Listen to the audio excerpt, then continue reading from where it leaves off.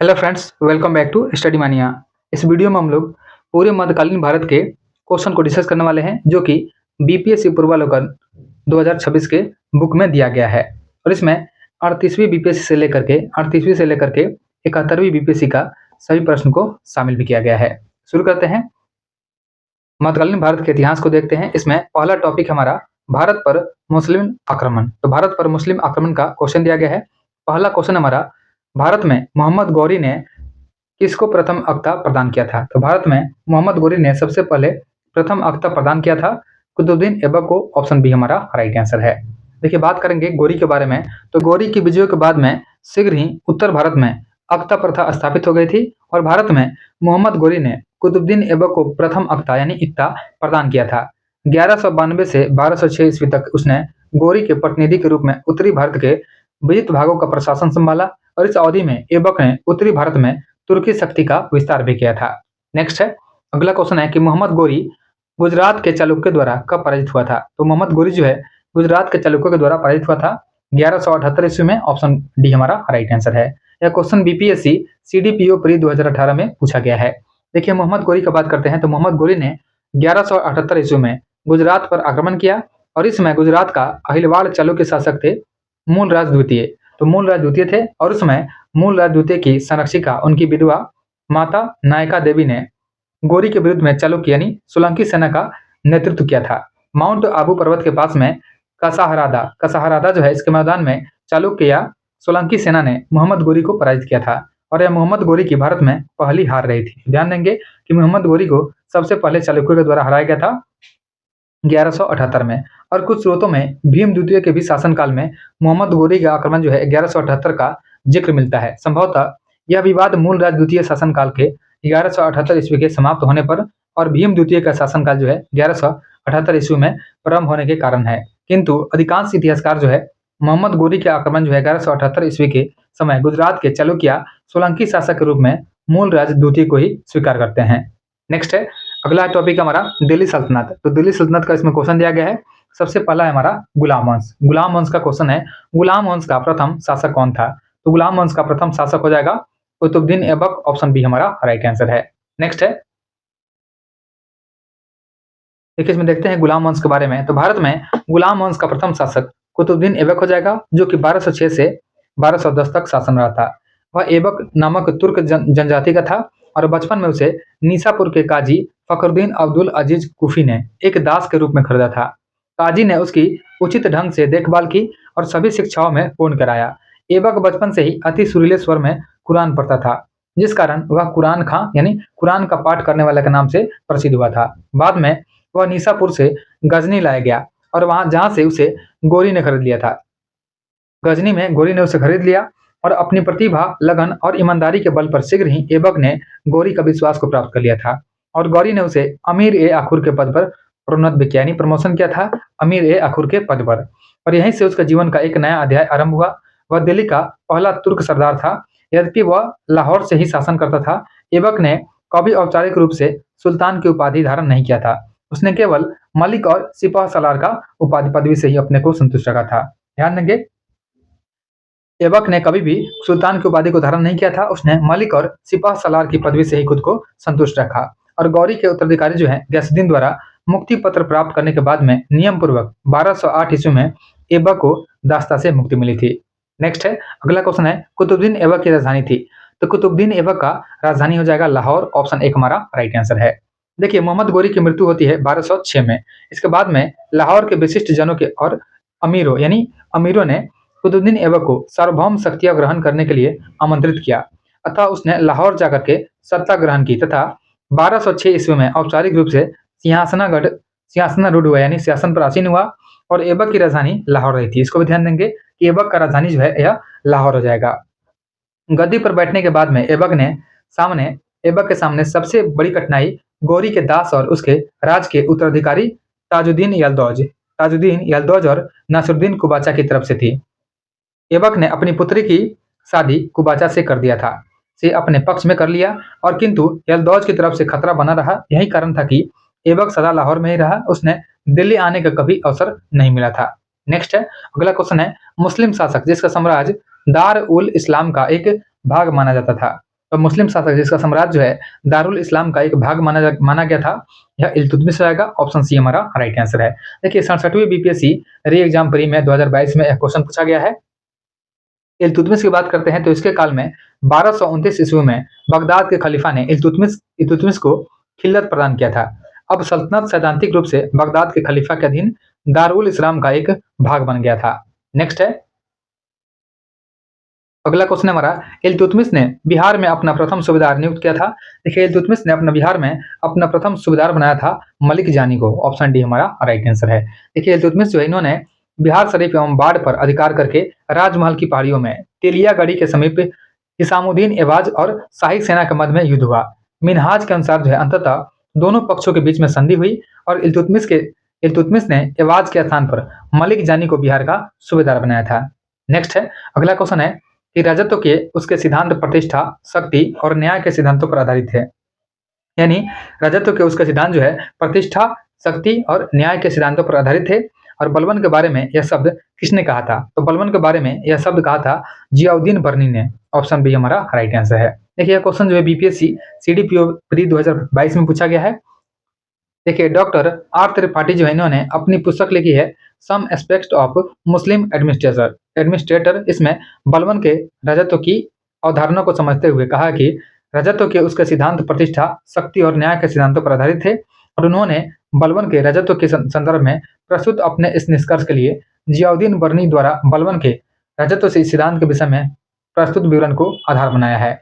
संभवतः इस कारण बिहार लोक सेवा आयोग के द्वारा जो है अपने प्रारंभिक और अंतिम उत्तर पत्रक में उत्तर के रूप में विकल्प को बी को ही माना गया है। यानी विकल्प बी को माना गया है, मतलब आंसर जो है जियाउद्दीन बर्नी को ही माना गया है। नेक्स्ट है, अगला क्वेश्चन है, क्वेश्चन नंबर 6 है, वह प्रथम मुस्लिम शासक कौन था जिसने शासन के सिद्धांत यानी थ्योरी ऑफ किंगशिप को राजाओं के ईश्वरीय अधिकार सिद्धांत यानी थ्योरी ऑफ डिवाइन राइट के समान प्रतिपादित किया था? यह किया था बलबन ने। ध्यान देंगे कि थ्योरी ऑफ किंगशिप यानी जो राजाओं के ईश्वरीय अधिकार हैं, इस सिद्धांत के समान प्रतिपादित किया था बलबन ने। ऑप्शन सी हमारा राइट आंसर है। देखिए बलबन जो है प्रथम मुस्लिम शासक था जिसने शासन के सिद्धांत को राजाओं के ईश्वरीय अधिकार सिद्धांत के समान प्रतिपादित किया। इसके अनुसार सुल्तान पृथ्वी पर ईश्वर का प्रतिनिधि है, यानी नियाबत एक खुदाई है और इसका स्थान जो है पैगंबर के पश्चात है, यानी पैगंबर के बाद जो है सुल्तान का ही स्थान है। नेक्स्ट है, इसी में राजा के बारे में बोला गया है कि राजा जिले अला या जिले इलाही अर्थात ईश्वर का प्रतिबिंब है। और उसने पुत्र बुगरा खां से कहा था कि सुल्तान का पद निरंकुशता का सजीव प्रतीक है। नेक्स्ट है, अगला क्वेश्चन है, जिल्लिलाह शब्द का प्रयोग सबसे पहले किसके द्वारा किया गया था? तो जिल्लिलाह शब्द जो है इसका प्रयोग सबसे पहले किया था बलबन ने। ऑप्शन सी हमारा राइट आंसर है। देखिए 17वीं बीपीएससी री एग्जाम प्री में 2024 में क्वेश्चन पूछा गया है। अगला क्वेश्चन है, किस दिल्ली सुल्तान ने रक्त एवं लौ की नीति को अपनाया था? तो रक्त और लौ की नीति को अपनाया था बलबन ने। ऑप्शन बी हमारा राइट आंसर है। देखिए बलबन के विषय में कहा गया है कि उसने रक्त और लौ नीति को अपनाया था और बलबन के राजत्व सिद्धांत की दो मुख्य विशेषताएं थी। सबसे पहला था सुल्तान का पद ईश्वर के द्वारा प्रदत्त होता है और द्वितीय सुल्तान का निरंकुश होना आवश्यक है। इसके अनुसार सुल्तान पृथ्वी पर ईश्वर का प्रतिनिधि यानी नियाबत एक खुदाई है और उसका स्थान जो है पैगंबर के पश्चात यानी बाद में है। सुल्तान को कार्य करने की प्रेरणा और शक्ति ईश्वर से प्राप्त होती है। इस कारण जनसाधारण या सरदारों को उसके कार्यों की आलोचना का अधिकार नहीं है। नेक्स्ट है, अगला क्वेश्चन है, क्वेश्चन नंबर 9 है, तुगरिल खान ने किसके शासनकाल के दौरान विद्रोह किया था? तो तुगरिल खान जो है यह विद्रोह किया था बलबन के शासनकाल के दौरान। ऑप्शन एक हमारा राइट आंसर है। बलबन के शासनकाल का महत्वपूर्ण विद्रोह हुआ था तुगरिल खां का विद्रोह। तुगरिल खां को बलबन ने बंगाल का सूबेदार बनाया था, किंतु उसने स्वयं को बंगाल का स्वतंत्र शासक घोषित कर दिया और उसने सुल्तान मुगीसुद्दीन की उपाधि धारण किया था और अपने नाम से सिक्के चलवाए तथा खुतबा भी पढ़वाया था।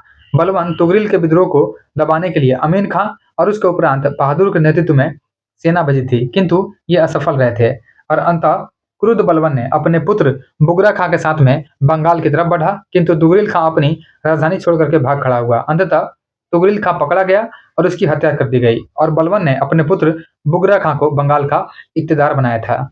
नेक्स्ट है, अगले क्वेश्चन पे आते हैं। अगला क्वेश्चन दिया गया है कि इनमें से किसने भारत में फारसी त्योहार नवरोज का शुरुआत किया था? तो भारत में फारसी त्योहार नवरोज का शुरुआत किया था बलबन ने। ऑप्शन डी हमारा राइट आंसर है।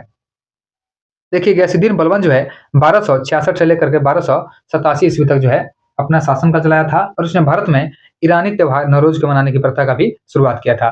नवरोज जो है ईरानी नववर्ष है जिसे फारसी नववर्ष के रूप में मानते हैं।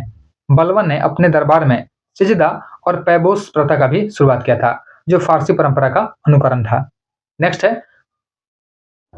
अगला है हमारा खिलजी वंश। तो खिलजी वंश से क्वेश्चन है, खिलजी वंश का प्रथम शासक कौन था? तो खिलजी वंश का प्रथम शासक हो जाएगा जलालुद्दीन फिरोज खिलजी। ऑप्शन 1 हमारा राइट आंसर है। नेक्स्ट है,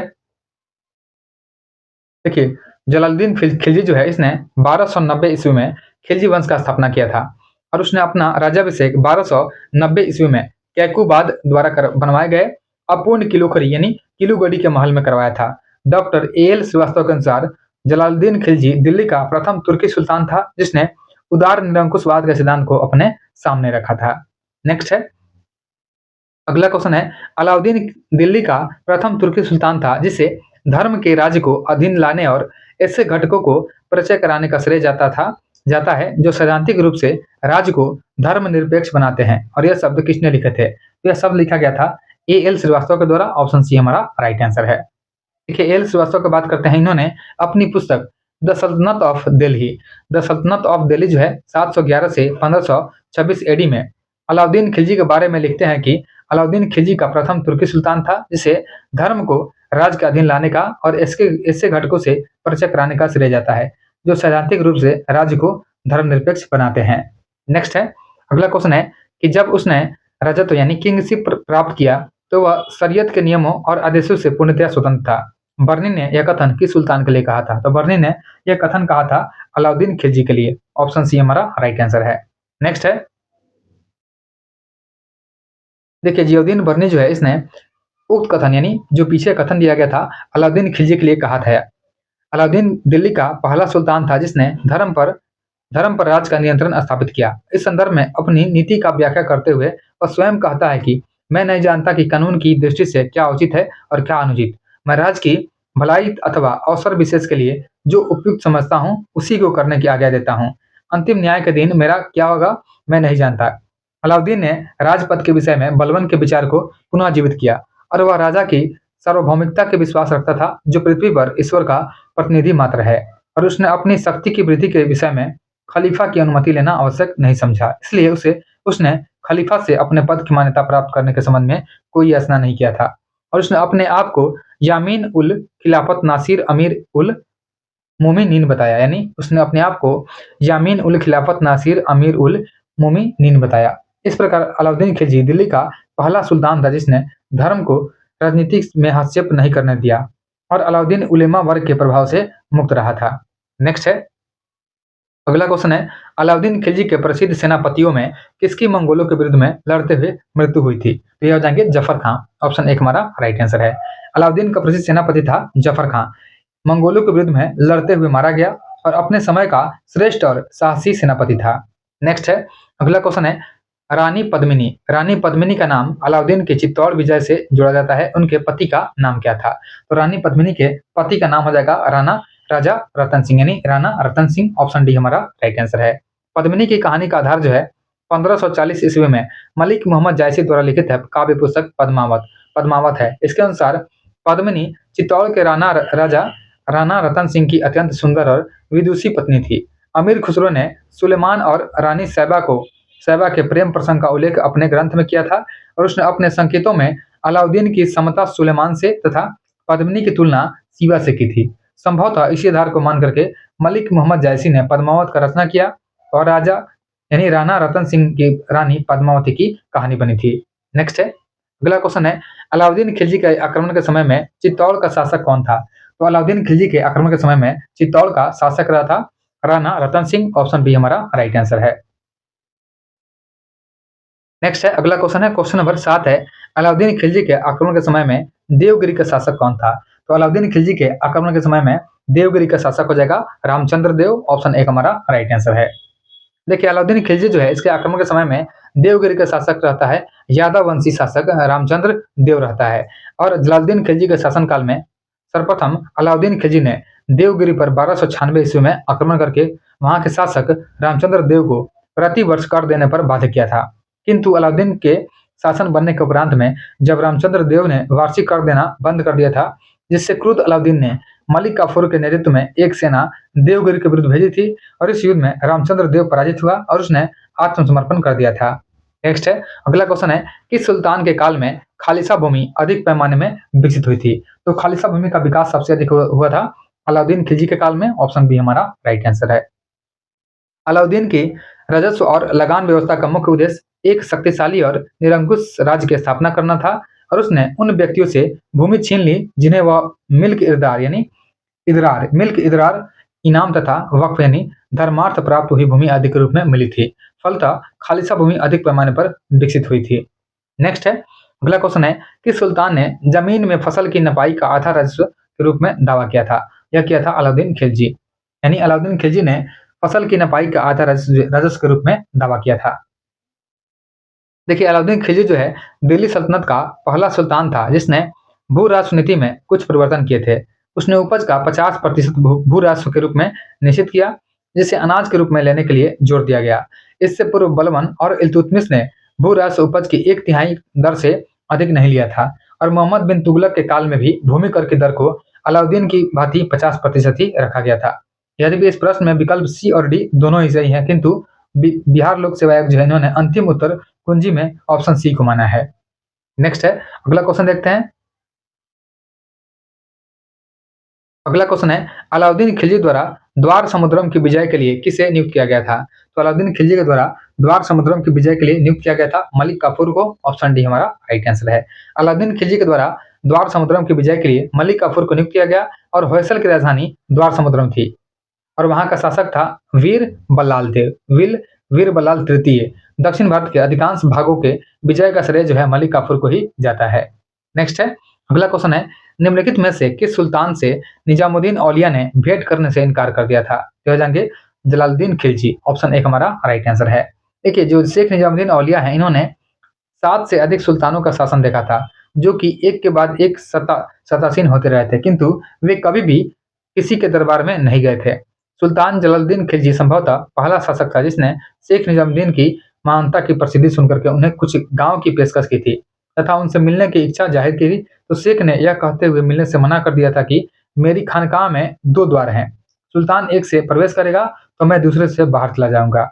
इसके उपरांत भी जब सुल्तान जलालुद्दीन ने अलाउद्दीन को बिना पूर्व सूचना के मिलने की इच्छा जाहिर की तो शेख निजामुद्दीन औलिया के प्रिय शिष्य अमीर खुसरो द्वारा इसकी सूचना औलिया को प्रदान कर दी गई थी और औलिया सूचना मिलते ही तुरंत अजोधन अपने गुरु यानी बाबा फरीद की जियारत के लिए रवाना हो गए। इस प्रकार औलिया सुल्तान से प्रत्यक्ष रूप से मिलने से कतराते रहे और कुछ स्रोतों में अलाउद्दीन खिलजी द्वारा भी औलिया से मिलने की बात का उल्लेख मिलता है, किंतु अलाउद्दीन खिलजी के संबंध में सीधे ऐसी नाटकीय घटना नहीं मिलती है जैसी जलालुद्दीन खिलजी के साथ हुई थी।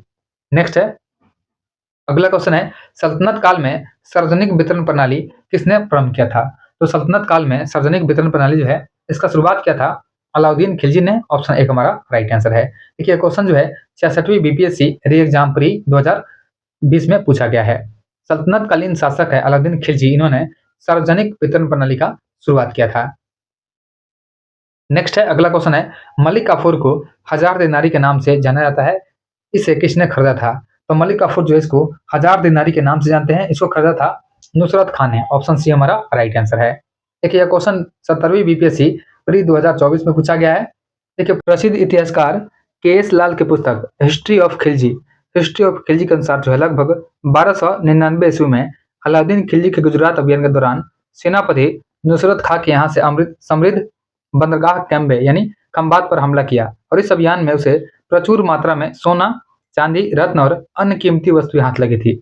इसी दौरान नुसरत खां को दास मलिक काफूर हाथ लगा था और मलिक काफूर को नुसरत खां ने उसके मालिक से छीन लिया। चूंकि मलिक काफूर के मालिक ने उसे 1000 दिनार में खरीदा था, इसलिए मलिक काफूर को 1000 दिनारी भी कहा जाता है। लूट के माल के साथ में मलिक काफूर को भी नुसरत खां ने अलाउद्दीन के पास दिल्ली भेजा। आगे चलकर काफूर की असाधारण प्रतिभा और व्यक्तित्व से प्रभावित होकर के वह सुल्तान अलाउद्दीन खिलजी का सबसे विश्वास पात्र सेनापति बना था।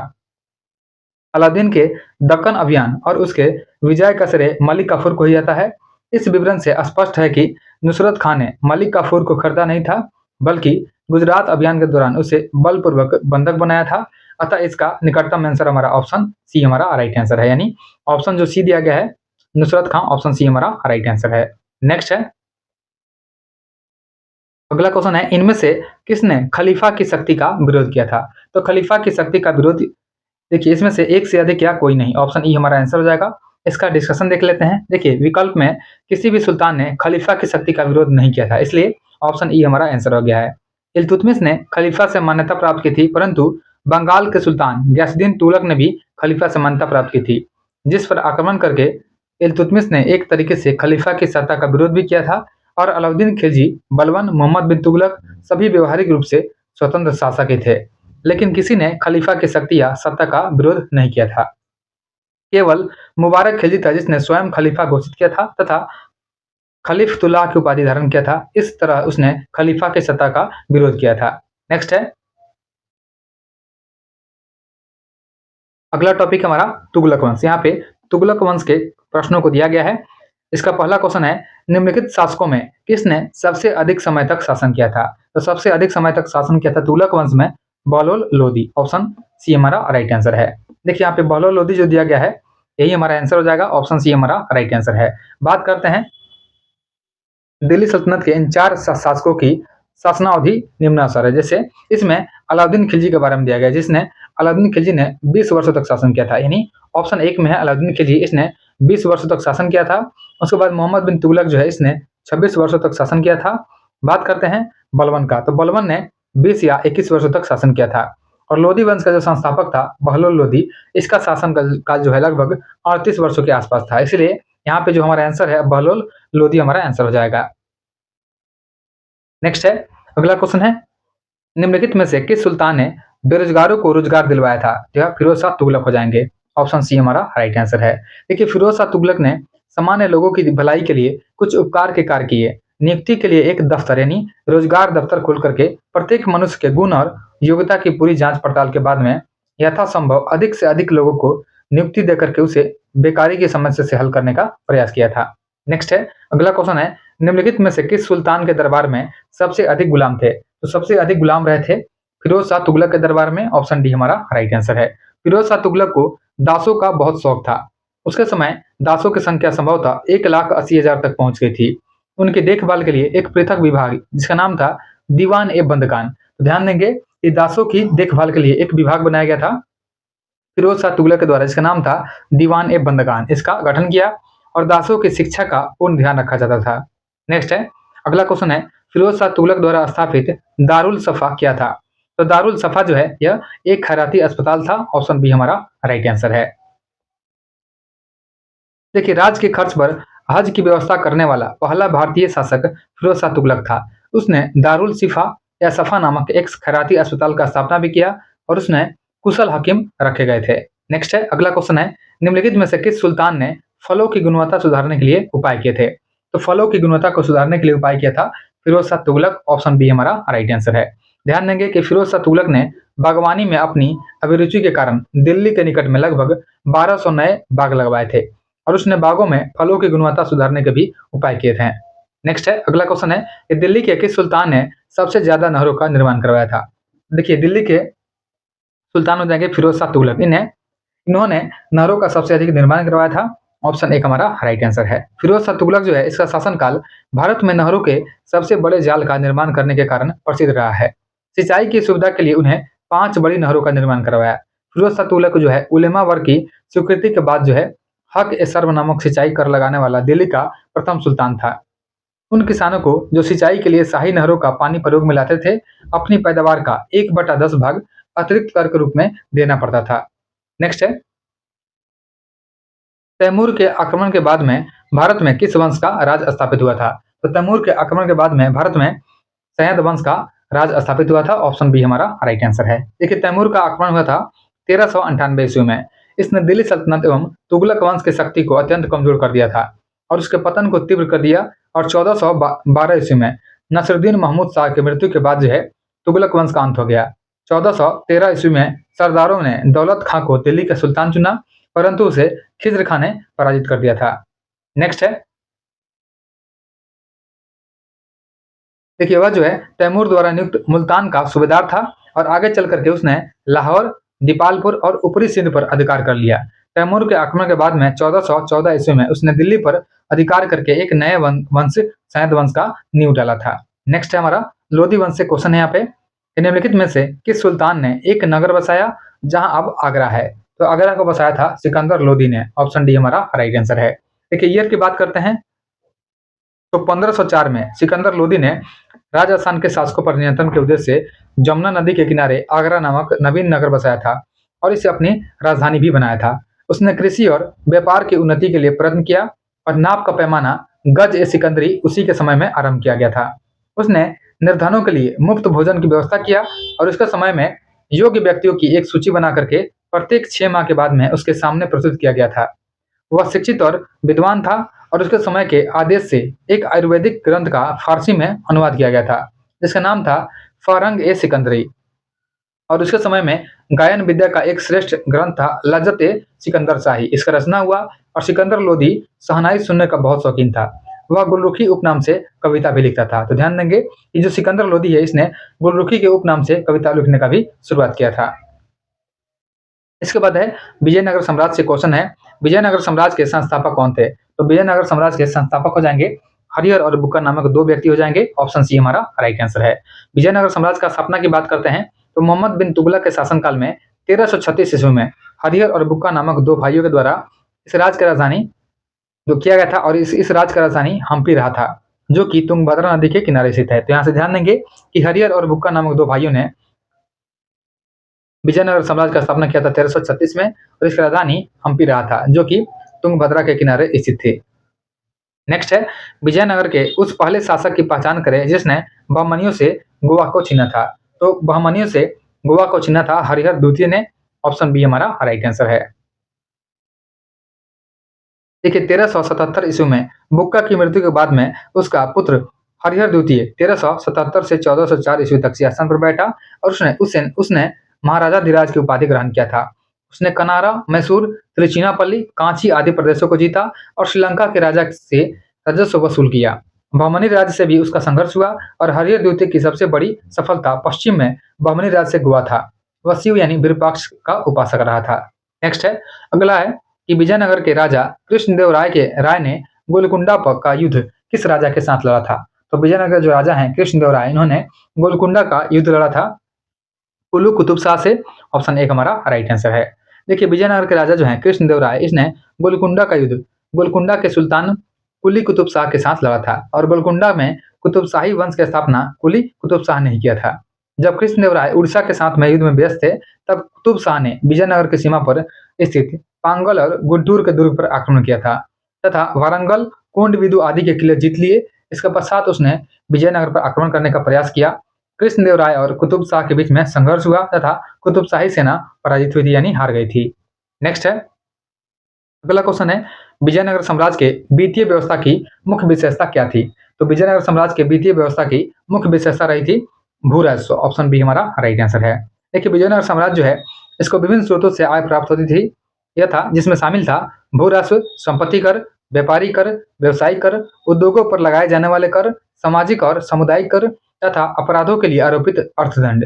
यह जो है उसके इनकम के सोर्स थे और भूमि का भली भांति सर्वेक्षण किया गया था तथा उपज का 1/6 भाग जो है भूमि कर के रूप में वसूल किया गया था। 1/6 भाग जो है भूमि कर के रूप में एक आदर्श दशा थी, किंतु वास्तव में भूमि की उपज के आधार पर जो है 1/6 से 1/3 के बीच में होती थी। शिष्ट मतलब होता है भूमि कर नामक कर की राज्य की आय का प्रमुख स्रोत था, यानी सबसे अधिक आय हुआ था शिष्ट से यानी भूमि कर से। केंद्रीय राजस्व विभाग को 58 यानी अस्थवन या 58 कहा गया था। नेक्स्ट है विजयनगर साम्राज्य का अवशेष कहाँ मिलता है? तो विजयनगर साम्राज्य का अवशेष मिलता है हम्पी कर्नाटक में। ऑप्शन सी हमारा राइट आंसर है। नेक्स्ट है देखिए हम्पी के खंडहर जो है वर्तमान में कर्नाटक में अवस्थित है। विजयनगर साम्राज्य के प्राचीन राजधानी का प्रतिनिधित्व करते हैं और प्रसिद्ध विरूपाक्ष मंदिर यहीं पर अवस्थित है। हम्पी हम्पी जो है यूनेस्को के विश्व विरासत स्थलों की सूची में भी शामिल है और इसको शामिल किया गया था 1986 में। नेक्स्ट है अगला क्वेश्चन है फारसी यात्री अब्दुल रजाक। फारसी यात्री जो है अब्दुल रजाक भारत में किस राजा के शासनकाल में आया था? तो फारसी यात्री अब्दुल रजाक जो है यह भारत में आया था देवराय द्वितीय के शासनकाल में, ऑप्शन सी हमारा राइट आंसर है। फारसी राजदूत था अब्दुल रजाक, या संगम वंश के शासक देवराय द्वितीय के कार्यकाल में विजयनगर आया था। नेक्स्ट है, अगला क्वेश्चन है, इनमें से किस प्रसिद्ध शासक ने अपनी माता के नाम पर विजयनगर के पास में नागलपुरम की एक उपनगरीय बस्ती का स्थापना किया था? यह स्थापना किया था कृष्णदेवराय, ऑप्शन एक हमारा राइट आंसर है। देखिए, कृष्णदेवराय जो है 1509 से लेकर के 1529 ईस्वी तक शासन रहा था और विजयनगर साम्राज्य के तुलु वंश का शासक रहा था। इसने विजयनगर साम्राज्य का सर्वाधिक प्रतापी शासक माना गया था और कृष्णदेवराय ने अपनी माता नागलंबा के नाम पर नागलमपुरम, जिसे वर्तमान में नागलपुरम यानी नागलापुरम कहा जाता है, जो कि आंध्र प्रदेश राज्य के तिरुपति जिले में स्थित है, इसका स्थापना किया था। नेक्स्ट है, अगला क्वेश्चन है, 1565 ईस्वी में कौन सा प्रसिद्ध युद्ध हुआ था? तो 1565 में युद्ध हुआ था तालीकोटा का युद्ध, ऑप्शन डी हमारा राइट आंसर है।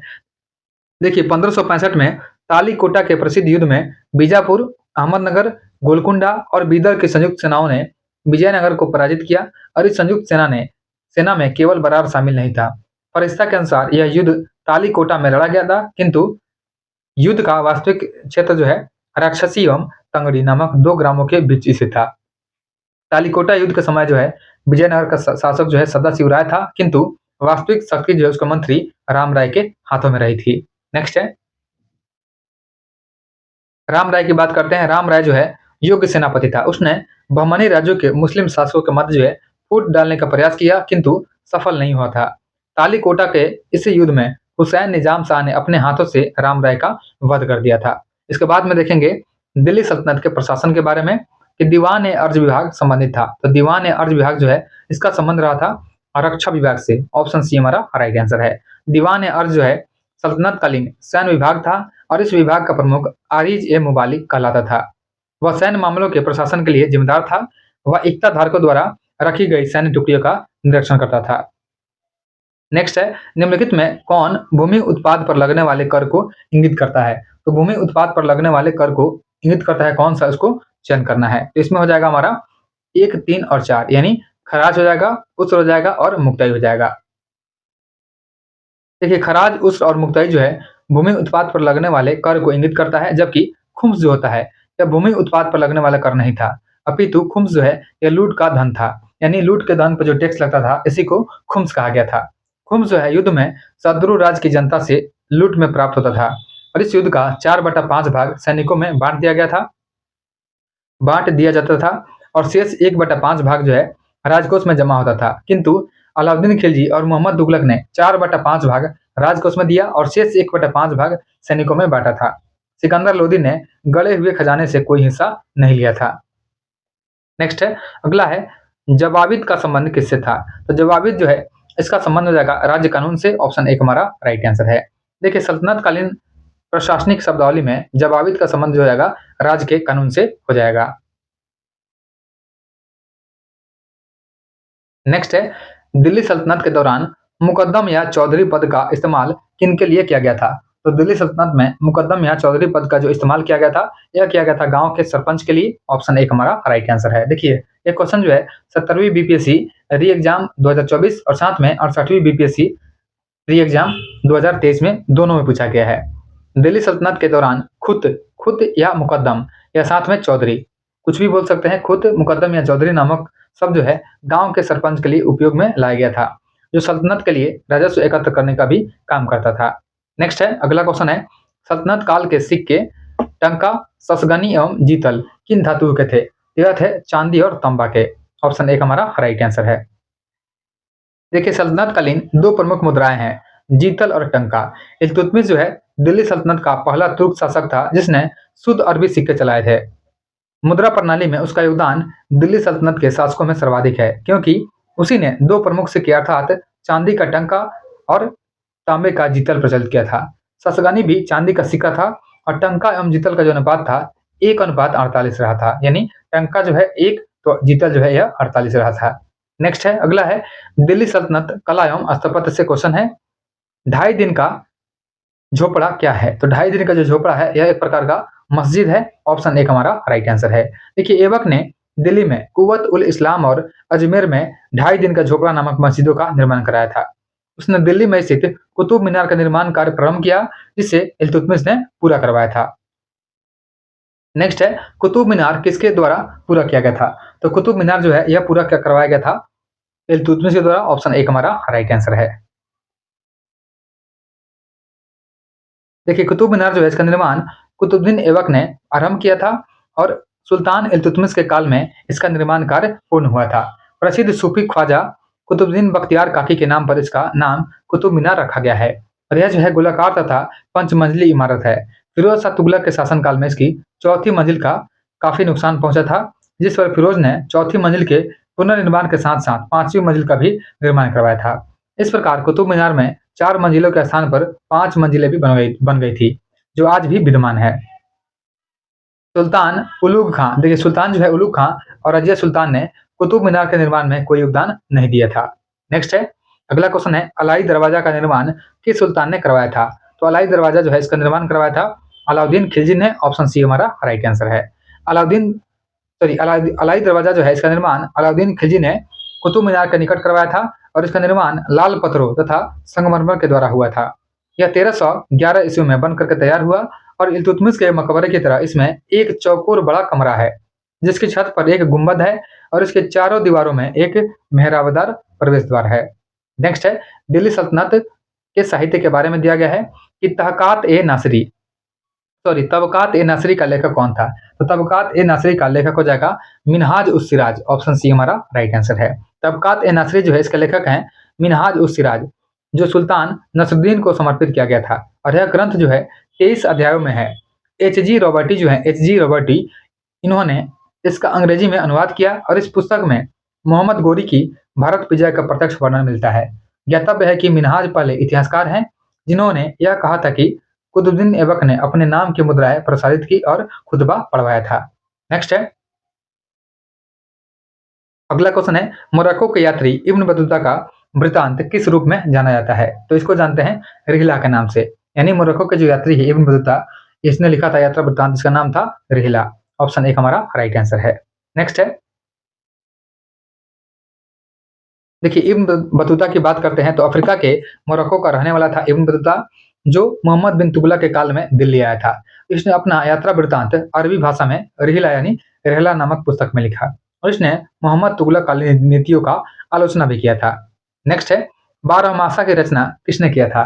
तो 12 मासा का रचना किया था मलिक मोहम्मद जायसी ने। ऑप्शन सी हमारा राइट आंसर है। और जायसी की पद्मावत, साथ में अखरावट और आखिरी कलाम में से पद्मावत का हिंदी साहित्य में महत्वपूर्ण स्थान है। नेक्स्ट है, ज्ञान दीपक नामक पुस्तक की रचना किस महान संत ने किया था? तो ज्ञान दीपक नामक पुस्तक का जो रचना है यह किया था दरिया साहब ने। ऑप्शन बी हमारा राइट आंसर है। देखिए बीपीएससी टीआर यानी टीचर के एग्जाम में 11-12 वाले एग्जाम में 26 अगस्त 2023 को क्वेश्चन पूछा गया है कि संत दरिया साहब ने ज्ञान दीपक नामक पुस्तक रचना किया था और वे बिहार के रहने वाले थे। सलार मसूद गाजी मोहम्मद गजनवी की सेना के मुखिया थे और इनकी दरगाह बहराइच उत्तर प्रदेश में स्थित है। नेक्स्ट है, अगला क्वेश्चन है, चचनामा का फारसी में अनुवाद किसके द्वारा किया गया था? तो चचनामा जो है इसका फारसी में अनुवाद किया था मोहम्मद अली बिन अबू बकर कुफी ने। ऑप्शन सी हमारा राइट आंसर है। देखिए क्वेश्चन जो है 70वीं बीपीएससी प्री 2024 में पूछा गया है। चचनामा का फारसी अनुवाद जो है मोहम्मद अली बिन अबू बकर कुफी ने किया था और चचनामा अरबी भाषा में लिखा गया था। इसको भी ध्यान देंगे कि चचनामा जो है इसे अरबी भाषा में लिखा गया पुस्तक है और इसके लेखक के नाम के विषय में स्पष्ट जानकारी प्राप्त नहीं होती है। चचनामा में 680 से 718 ईस्वी तक के सिंध के इतिहास का विवरण है और इस पुस्तक का फारसी से अंग्रेजी में पूर्ण अनुवाद जो है 1900 ईस्वी में मिर्जा कलिच बेग फ्रेडून बेग ने किया था। नेक्स्ट है, अगला क्वेश्चन है, तारीख ए फिरोज शाही किसके द्वारा लिखा गया था? तो तारीख ए फिरोज शाही जो है यह लिखा था शम्स सिराज अफीक ने। ऑप्शन एक हमारा राइट आंसर है। देखिए 70वीं बीपीएससी री एग्जाम 2024 में पूछा गया है कि तारीख ए फिरोज शाही किसके द्वारा लिखा गया था? तो यह लिखा था शम्स सिराज अफीक ने। नेक्स्ट है, तारीख ए फिरोज शाही जो है शम्स ए सिराज अफीक और जियाउद्दीन बर्नी द्वारा लिखी गई 2 अलग-अलग फारसी ग्रंथ है, जिसका शीर्षक समान है और प्रश्नगत विकल्पों में ऑप्शन ए हमारा सही है। नेक्स्ट है, अगला क्वेश्चन है, भारत में कागज का प्रयोग कब से प्रारंभ हुआ था? तो भारत में कागज का शुरुआत प्रारंभ हुआ था 7वीं से 8वीं सदी के दौरान हुआ था। यहाँ पे 7वीं से 8वीं ऑप्शन में नहीं है, यहाँ पे ऑप्शन ई हमारा आंसर होना चाहिए। आगे देखते हैं कि भारत में कागज का प्रथम प्रयोग लगभग 7वीं से 8वीं सदी के दौरान आरंभ हुआ था। उपलब्ध प्रमाणों के अनुसार 11वीं शताब्दी तक आते-आते भारत में कागज पर लिखे दस्तावेज प्रकट होने लगे और 12वीं से 13वीं सदी में पांडुलिपियों एवं शाही अभिलेखों में कागज का प्रयोग स्पष्ट रूप से देखने को मिलता है। तो बिहार लोक सेवा आयोग अपना जो उत्तर दिया था इसमें ऑप्शन ए लिया है, यानी 12वीं शताब्दी इसका आंसर लिया है। नेक्स्ट है, अगला है उत्तर भारत एवं दक्कन के प्रांतीय राजवंश। इसका पहला क्वेश्चन है कि बहमनी राज्य का संस्थापक कौन था। देखिए, बहमनी राज्य का संस्थापक हो जाएगा अलाउद्दीन हसन हो जाएगा। ऑप्शन ए हमारा राइट आंसर है। देखिए, दक्कन के अमीरान ए सदाह के विद्रोह के परिणाम स्वरूप मोहम्मद बिन तुगलक के शासनकाल के अंतिम दिनों में बहमनी साम्राज्य की स्थापना हुई थी और जफर खान हसन गंगू 1347 से 1358 तक यह एक सरदार अलाउद्दीन हसन बहमन शाह की उपाधि धारण करके 1347 ईस्वी में सिंहासन रूढ़ हुआ, यानी गद्दी पर बैठा और बहमनी साम्राज्य की नींव डाली। यानी बहमनी साम्राज्य की बात करते हैं तो 1347 में इसका स्थापना किया गया था। उसने गुलबर्गा को अपने नव संगठित साम्राज्य की राजधानी बनाया और उसका नाम था अहसानाबाद। अपने साम्राज्य के शासन के लिए उसने इसे 4 तरफों अथवा प्रांतों में विभाजित किया था।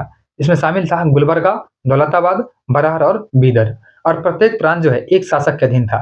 गुलबर्गा का प्रांत सबसे महत्वपूर्ण था। इसमें बीजापुर भी सम्मिलित था। उसने दक्षिण के हिंदू शासकों से संघर्ष किया तथा अपने अनुयायियों को पद और जागीर प्रदान करने की प्रथा अपनाई थी। नेक्स्ट है, अगला टॉपिक हमारा भक्ति एवं सूफी आंदोलन।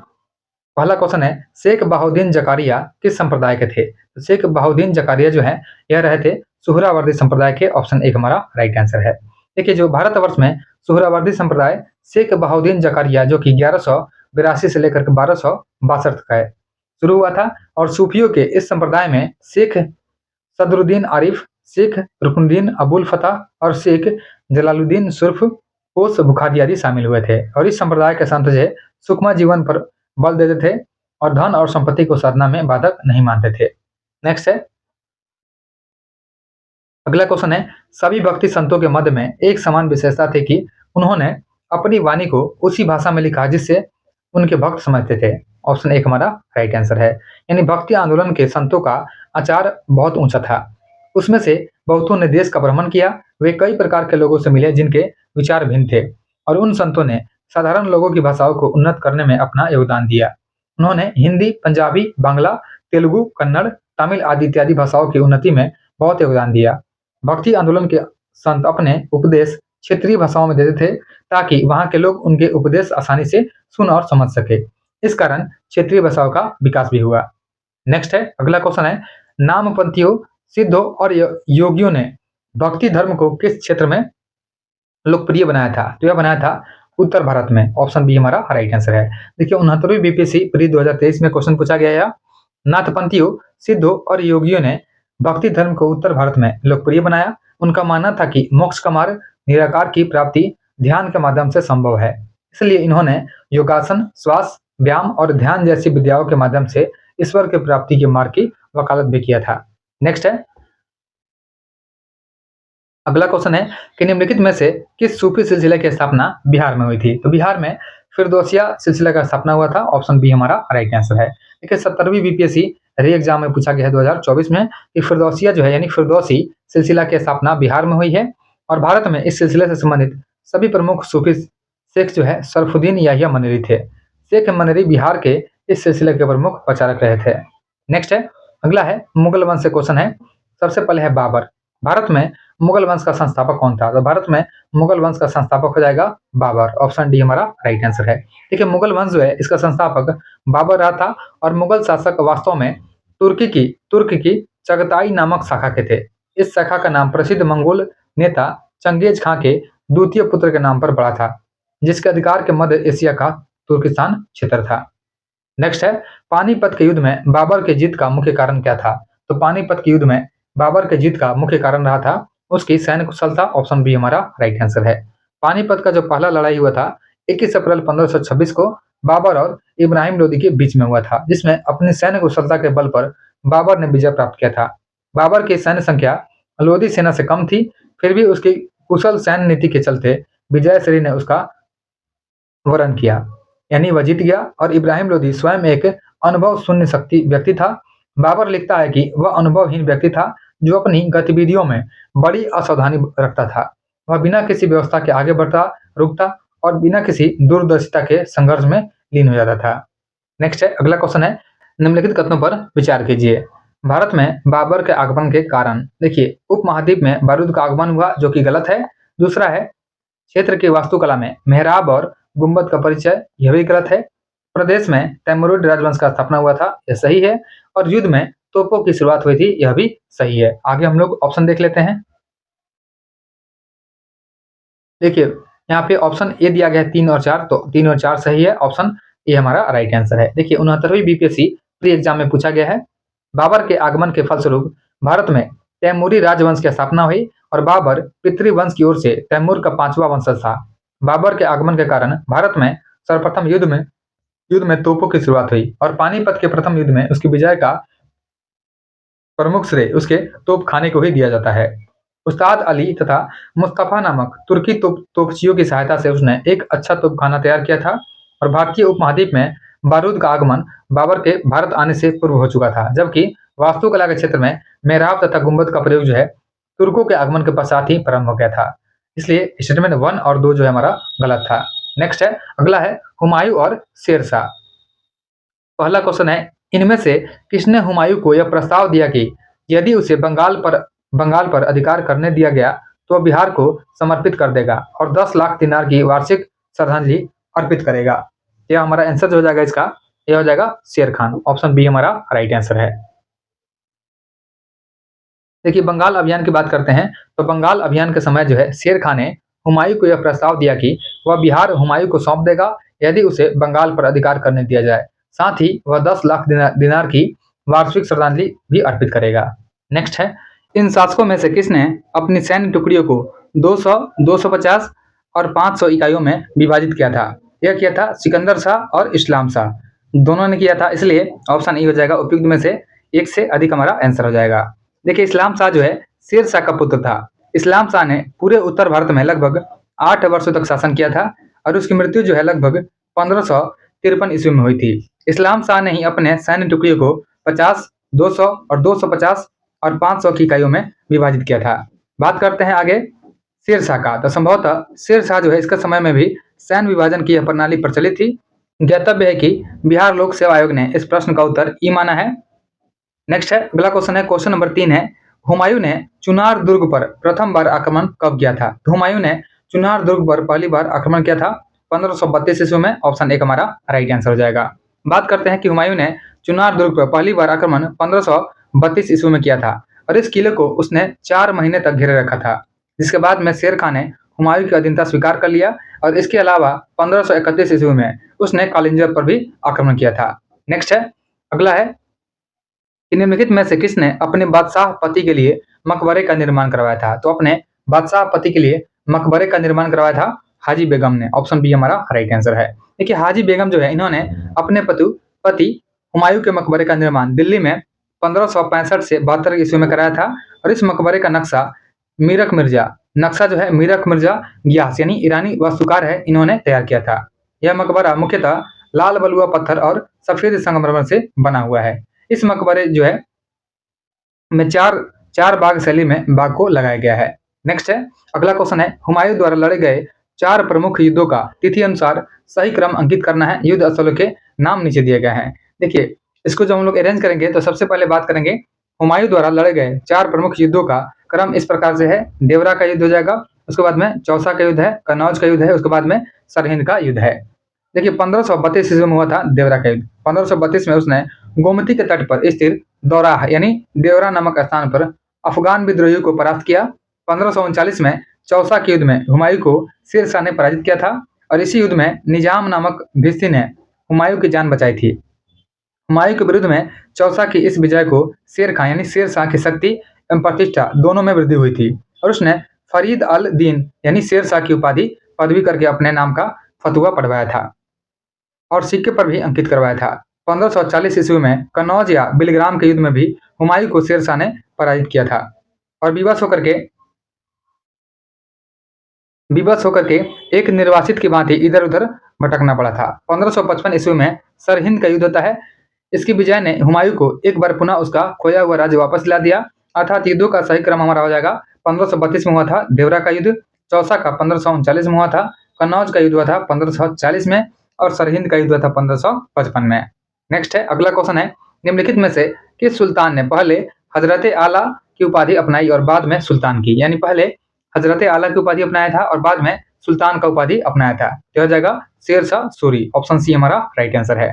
ठीक है, बंगाल के शासक जो है नुसरत शाह, इनको हरा करके शेर खान जो है शेर शाह सूरी ने हजरत आला की उपाधि धारण किया था और 1539 ईस्वी में चौसा के युद्ध के बाद जो है हुमायूं को हरा करके उसने शेर शाह का उपाधि धारण किया था और अपने नाम का खुतबा भी पढ़वाया था और सिक्का भी चलवाया था। नेक्स्ट है, अगला क्वेश्चन है, शेर शाह का मकबरा कहाँ स्थित है? तो शेर शाह का मकबरा जो है सासाराम बिहार में स्थित है, ऑप्शन एक हमारा राइट आंसर है। शेर शाह के मकबरा की बात करते हैं तो बिहार के रोहतास जिले में सासाराम नामक स्थान पर एक तालाब के बीच में ऊंचे चबूतरे पर बना हुआ है। कालिंजर युद्ध जो था 1545 में, इसके दौरान घायल हो जाने से शेर शाह की मृत्यु हो गई थी। नेक्स्ट है, जब्ती प्रणाली किसकी उपज है? तो जो जब्ती प्रणाली है यह शेर शाह की उपज है, ऑप्शन सी हमारा राइट आंसर है। देखिए, जब्ती जो है मुगल कालीन राजस्व निर्धारण की महत्वपूर्ण प्रणाली है और प्रमुख ऐतिहासिक स्रोतों और अबुल फजल के विवरण के अनुसार इस प्रणाली का शुरुआत शेर शाह के काल में मानी जाती है, जबकि अकबर के शासनकाल में इस प्रणाली में कई बदलाव कर इसे और भी वैज्ञानिक बनाया गया था।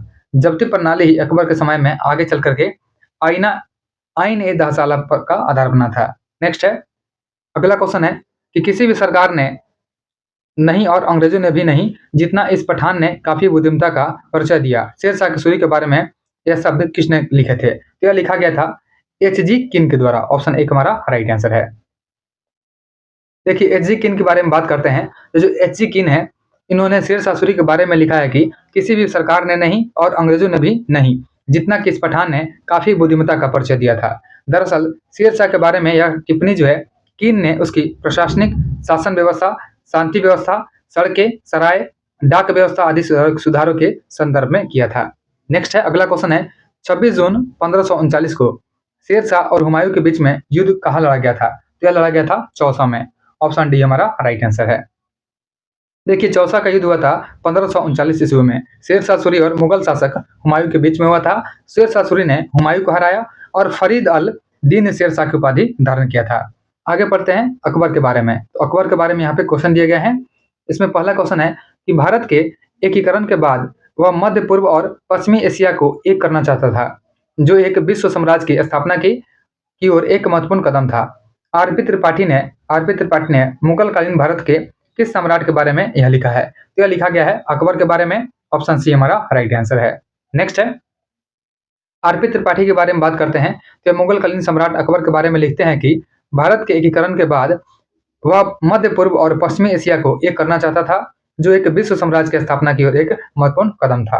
नेक्स्ट है, अगला क्वेश्चन है, फतेहपुर सीकरी स्थित प्रसिद्ध बुलंद दरवाजा। देखिए, बुलंद दरवाजा के बारे में बोला गया है। बुलंद दरवाजा जामा मस्जिद का कौन सा प्रवेश द्वार बनता है? यह बनता है दक्षिणी द्वार, ऑप्शन सी हमारा राइट आंसर है। यानी फतेहपुर सीकरी स्थित है प्रसिद्ध बुलंद दरवाजा या जामा मस्जिद का दक्षिणी प्रवेश द्वार बनता है और फतेहपुर सीकरी की जामा मस्जिद का निर्माण जो है मुगल शासक अकबर ने करवाया था। नेक्स्ट है, अगला क्वेश्चन है कि हल्दी घाटी के युद्ध में महाराणा प्रताप की सेना के सेनापति कौन थे? तो हल्दी घाटी के युद्ध में महाराणा प्रताप के सेना के सेनापति रहे थे हकीम खान, ऑप्शन सी हमारा राइट आंसर है। देखिए, हल्दी घाटी का जो युद्ध है यह हुआ था जून 1576 में महाराणा प्रताप और मुगल सेनापति मान सिंह के बीच में, एवं आसफ खां के मध्य लड़ा गया था और राजपूत योद्धाओं के अलावा राणा की सेना के अग्रभाग का नेतृत्व जो है अफगानों की एक टुकड़ी के साथ में हकीम खान शुरू कर रहा था। राणा की सेना में भीलों की भी एक छोटी सी टुकड़ी शामिल थी और यह राणा की मुगलों के साथ आमने सामने की आखिरी मुठभेड़ थी। आगे उसने छापामार युद्ध का भी सहारा लिया था। नेक्स्ट है, निम्नलिखित में से किस मुस्लिम शासक ने तीर्थ यात्रा कर समाप्त कर दिया था? तो तीर्थ यात्रा कर जो है इसका समाप्त किया था अकबर ने, ऑप्शन डी हमारा राइट आंसर है। अकबर ने 1563 में तीर्थ यात्रा कर को समाप्त किया था। देखिए, जो मुगल शासन व्यवस्था है इसको स्थापित करने का श्रेय जो है अकबर को ही दिया जाता है और उसकी केंद्रीय शासन व्यवस्था तथा बादशाह के पद और अधिकारों एवं कर्तव्यों की व्याख्या, प्रांतीय शासन, लगान व्यवस्था, मुद्रा व्यवस्था, मनसबदारी व्यवस्था आदि सभी को उसके समय में सफलता प्राप्त हुई और वह उसके उत्तराधिकारियों के लिए आधार स्वरूप बनी थी। अकबर पहला मुस्लिम सम्राट था जिसने संगठित और घोषित नीति यानी सुलह-ए-कुल के रूप में हिंदू मुस्लिम एकता और धार्मिक सहिष्णुता को अपना राजनीतिक आदर्श बनाया था। और अपनी उदार धार्मिक नीति के अंतर्गत में उसने 1562 में दास प्रथा को खत्म किया था, 1563 में तीर्थ यात्रा को समाप्त किया था, 1564 में उसने जजिया कर को भी समाप्त किया था और अपने सामाजिक सुधार के अंतर्गत उसने बाल विवाह एवं सती प्रथा को रोकने का भी प्रयास किया था। अतः अकबर की लोकप्रियता के कारणों में उपयुक्त चारों बिंदुओं को सम्मिलित किया गया है। नेक्स्ट है, अगला है अकबर ने बंगाल तथा बिहार को मुगल साम्राज्य में मिलाया था। यह मिलाया था 1576 में। ऑप्शन सी हमारा राइट आंसर है। देखिए 1572 ईस्वी में सुलेमान की मृत्यु के बाद में उसका पुत्र दाऊद खां गद्दी पर बैठता है। दाऊद खां ने अपने को स्वतंत्र घोषित कर पटना के मुगल किले पर आक्रमण किया था और अकबर ने मुनीम खां को दाऊद पर आक्रमण करने तथा बिहार को जीतने का आदेश दिया। मुनीम खां ने दाऊद को एक युद्ध में पराजित किया तथा 1574 ईस्वी में बिहार पर मुगलों का आधिपत्य हो गया था और पराजित होने के बाद में दाऊद बंगाल भाग गया था, परंतु 12 जुलाई 1576 को राजमहल के युद्ध में टोडरमल, मुजफ्फर खां एवं हुसैन कुली ने मिलकर के दाऊद को पूर्णतः पराजित किया। इस प्रकार 1576 ईस्वी में बंगाल तथा बिहार को पूर्ण रूप से मुगल साम्राज्य में मिला लिया गया था। नेक्स्ट है, अगला क्वेश्चन है कि दीन इलाही किसके द्वारा प्रारंभ किया गया था? तो दीन इलाही जो है इसका शुरुआत किया था अकबर ने। ऑप्शन बी हमारा राइट आंसर है। देखिए अकबर की बात करते हैं तो अकबर ने 1582 ईस्वी में तौहीद ए इलाही या दीन ए इलाही की स्थापना किया। इसके अंतर्गत जो है अकबर ने सभी धर्मों के मूल सिद्धांतों को सम्मिलित कर इसे सर्वमान्य बनाने का प्रयास किया। दीन ए इलाही वास्तव में सूफी सर्वेश्वरवाद पर आधारित एक विचार पद्धति थी जिसका प्रधान पुरोहित अबुल फजल था। हिंदुओं में केवल बिरबल ने इसे स्वीकार किया था। नेक्स्ट है, आगे है जहांगीर के बारे में क्वेश्चन है कि किस मुगल शासक के समय में सर थॉमस रो भारत आया था? सर थॉमस रो जो है या जहांगीर के शासनकाल में भारत आया था। ऑप्शन सी हमारा राइट आंसर है। देखिए 67वीं बीपीएससी प्री 2022 में क्वेश्चन पूछा गया। विलियम हॉकिंस जो है 1608 से 1611 ईस्वी तक जो है जहांगीर के दरबार में ईस्ट इंडिया कंपनी के द्वारा भेजा जाने वाला प्रथम अंग्रेज राजदूत तथा ईस्ट इंडिया कंपनी के प्रतिनिधि के रूप में मुगल दरबार में उपस्थित होने वाला पहला अंग्रेज था। सम्राट जहांगीर ने उसे 400 का मनसब प्रदान किया और उसने हॉकिंस को इंग्लिश खां, ध्यान देंगे कि सम्राट जहांगीर ने उसे 400 का मनसब प्रदान किया और उसने हॉकिंस को इंग्लिश खान की उपाधि देकर के आर्मेनिया के एक स्त्री से उसका विवाह कर दिया। सर थॉमस रो को ब्रिटिश सम्राट जेम्स प्रथम द्वारा भेजा गया प्रथम राजदूत था जो जहांगीर के दरबार में आया था। नेक्स्ट है, अगला क्वेश्चन है निम्नलिखित अंग्रेजों में किसे जहांगीर ने खान की उपाधि से सम्मानित किया था? तो खान का उपाधि दिया गया था हॉकिंस को। ऑप्शन एक हमारा राइट आंसर है। नेक्स्ट है, अगला क्वेश्चन है एतमातुद्दौला का मकबरा आगरा में किसने बनवाया था? तो एतमातुद्दौला का मकबरा जो है आगरा में बनवाया था नूरजहां ने। ऑप्शन सी हमारा राइट आंसर है।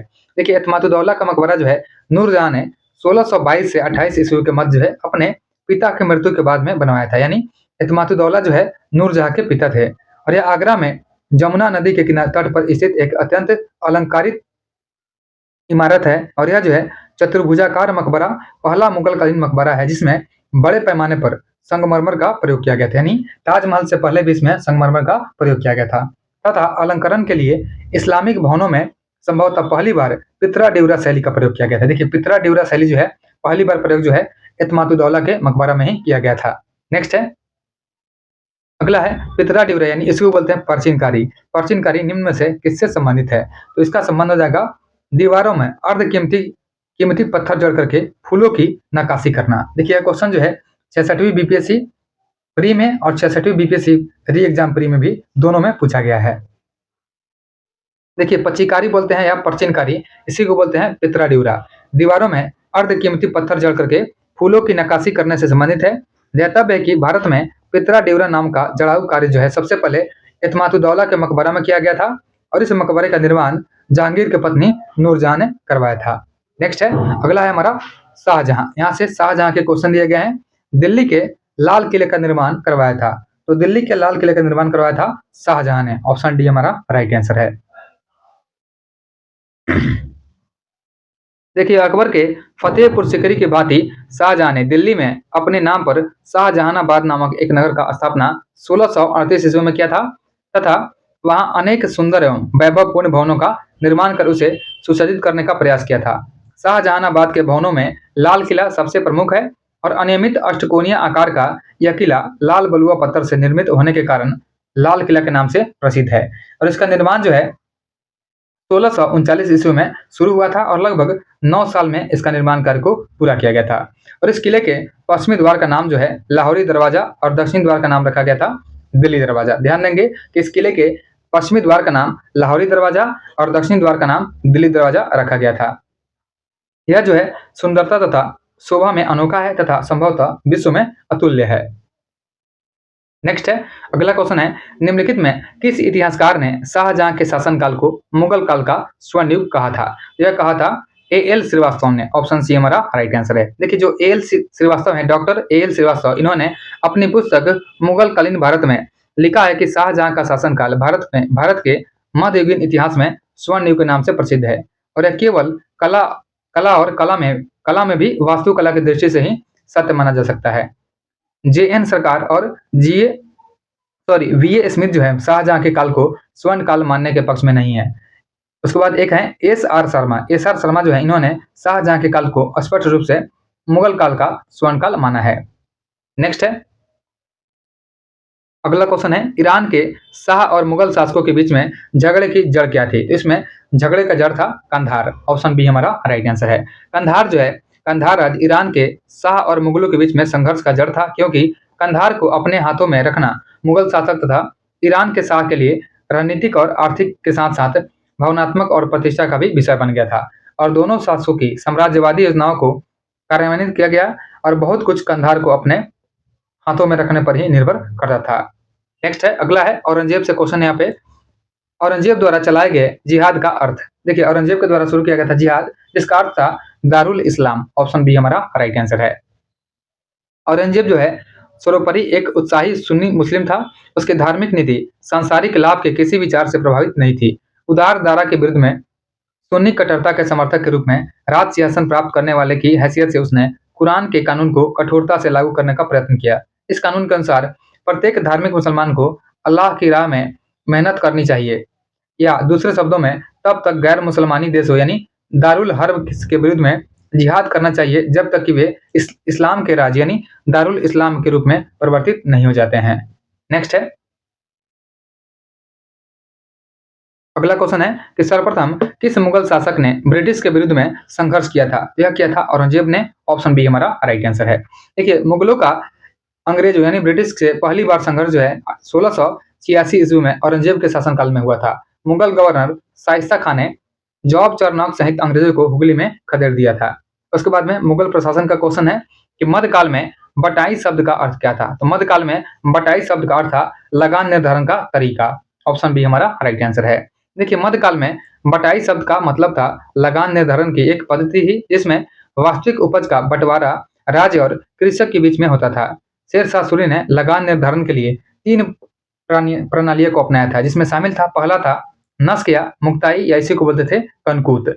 नकदी अथवा जब्ती था, एक था नकदी अथवा जब्ती, और तीसरा था गल्ला बख्शी, या इसी को बोलते थे बटाई। और बटाई जो है 3 प्रकार की होती थी, एक था खेत बटाई, दूसरा था लंक बटाई और तीसरा था रास बटाई। नेक्स्ट है, अगला क्वेश्चन है 2 अस्पा एवं सी अस्पा प्रथा किसने शुरू किया था? तो 2 अस्पा और सी अस्पा को शुरू किया था जहांगीर ने। ऑप्शन बी हमारा राइट आंसर है। देखिए 2 अस्पा और सी अस्पा का जो शुरुआत है यह जहांगीर ने शुरू किया था, और इसके अंतर्गत में बिना जात पद बढ़ाए ही मनसबदारों को अधिक सेना रखना पड़ता था।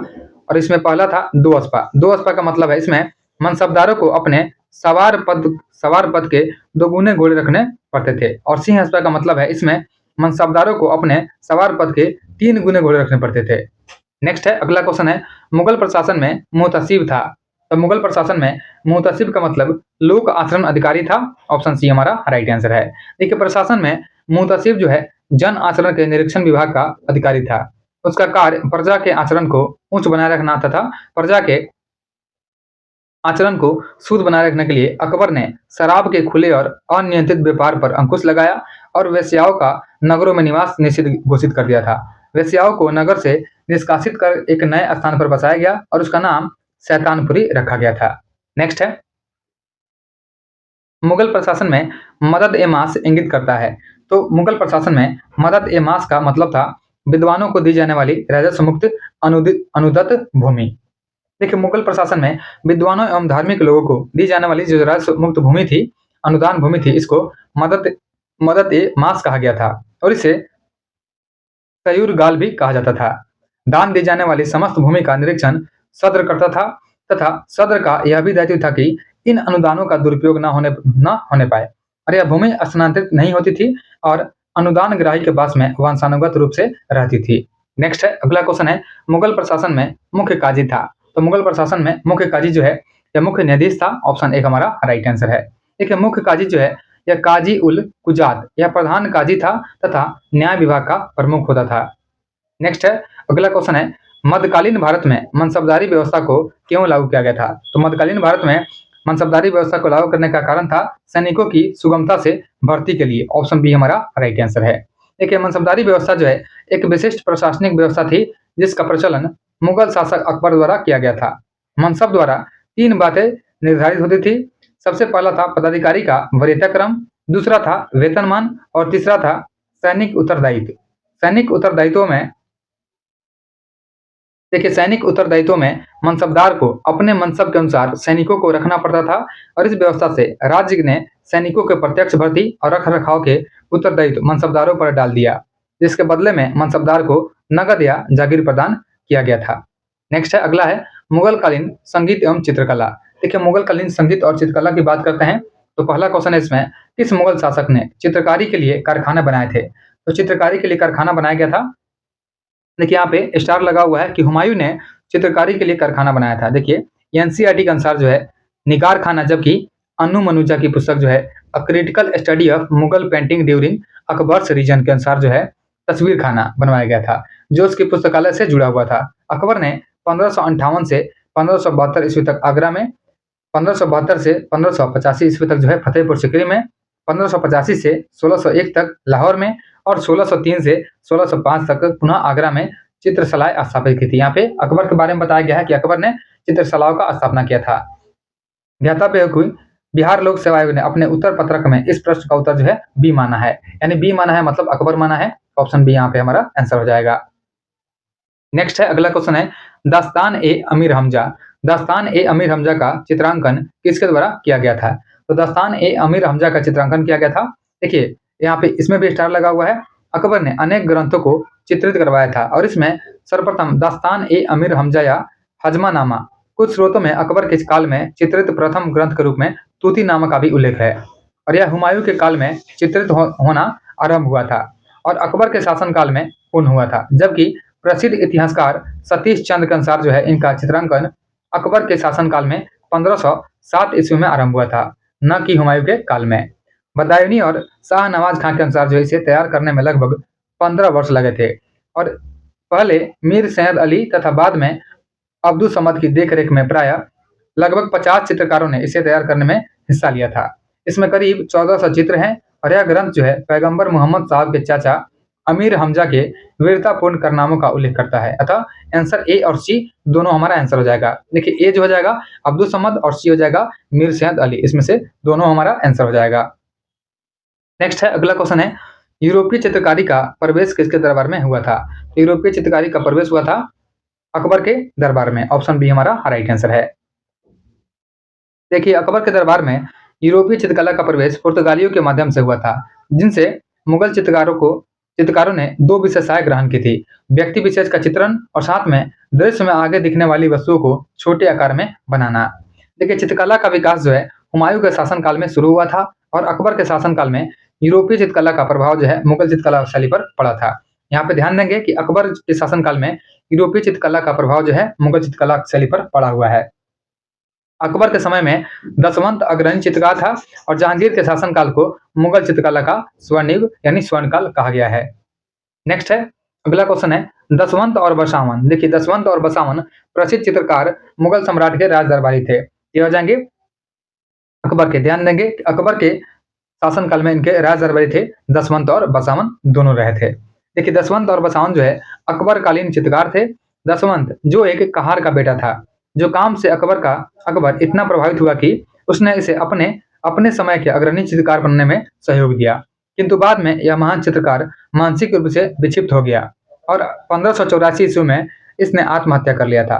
अकबरकालीन चित्रकारों के नाम जो है अबुल फजल ने अपनी पुस्तक आईने अकबरी में गिनाए हैं, जो इसमें शामिल है दसवंत, बसावन, केसु या केशव, केशवलाल, यह एक है मुकुंद, मिस्किन, फारूक, कालमक, माधव, जगन्नाथ, महेश, हेमकरण, तारा, सावल और हरिवंश, यह सभी जो है मुगल का अकबरकालीन चित्रकार हैं। नेक्स्ट है, अगला क्वेश्चन देखते हैं, मुगल चित्रकला किसके नेतृत्व में अपने शीर्ष बिंदु पर थी? तो मुगल चित्रकला जो है अपने जहांगीर के नेतृत्व में शीर्ष बिंदु पर थी। ऑप्शन एक हमारा राइट आंसर है।